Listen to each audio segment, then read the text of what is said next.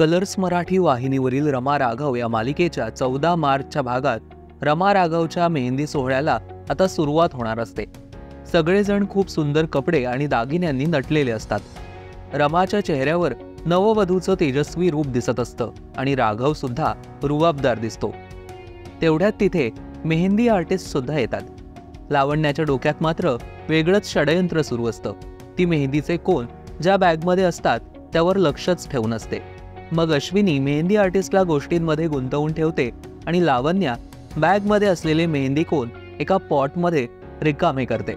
थोड्या वेळानंतर मेहंदी काढायला सुरुवात होते। रमा राघव अतिशय आनंदात असतात। तेवढ्यात रमाच्या बहिणीला काय होतं आणि ती जोरात ओरडते। त्यानंतर सगळ्यांचे चेहरे फार चिंताजनक दिसतात। आता रमा राघवच्या मेहंदी सोहळ्यात कोणकोणते नवे ट्विस्ट येणार हे पाहणं महत्त्वाचं असेल। पाहायला विसरू नका रमा राघव रात्री 9 वाजता आपल्या कलर्स मराठीवर।